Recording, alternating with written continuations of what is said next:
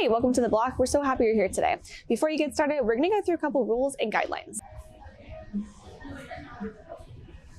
Everyone needs to make sure to check in before climbing. If you're a member, you can go ahead and scan in. If you're on a day pass, go ahead and find a staff member at the front desk. If you're here climbing with small children, please make sure that you are keeping a close eye on your child at all times. They should never be out of your eyesight. They should not be running around the building, and they should stay off the mats as much as possible. Stay off the pads unless you are actively climbing. Don't climb too close to other people, and make sure that you're looking out for fall zones. Don't walk underneath people who are climbing.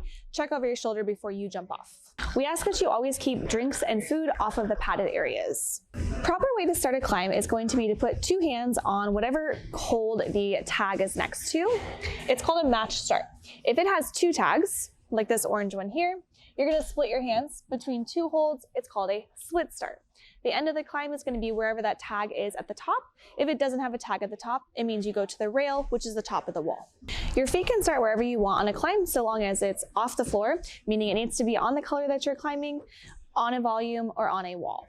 Speaking of volumes, all the volumes at our gym are going to have our O logo on them, and they're all going to be different shapes and sizes. You can use them for your hands, for your feet, however you can think to utilize them in a climb. Just think of them as part of the wall. To determine the difficulty of a climb, we use the V scale. Ours is going to be shown through stripes, so the more stripes on the start tag, the harder the climb is going to be. The less stripes on the start tag, the easier the climb is going to be. That start tag is going to indicate the difficulty of a climb. The color that is next to the start tag is going to indicate what climb you're actually following. If I start on a blue hold, I'm going to be following blue all the way up to the top. When you're on that climb, to finish the climb, you're going to put two hands on the finish hold. If you don't feel comfortable going all the way to the top of the climb, don't feel like you have to. Go as high as you feel comfortable. When you decide that you're done with the climb, it's always best to climb down as much as possible.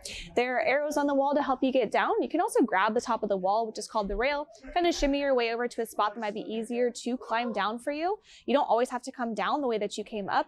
When you're coming down, grab any color. You're just trying to get down. Sometimes it might not be possible to climb all the way down, or you may fall unexpectedly, and we always want to make sure that you are falling with proper falling technique. That's going to be to jump backwards, land with soft knees, roll to your butt, and then to your back, keeping your arms up close to you, not putting them out to try to catch yourself.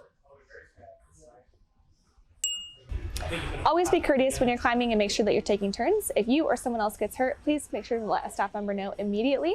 And if you see someone doing something that you feel is unsafe, please let a staff member know.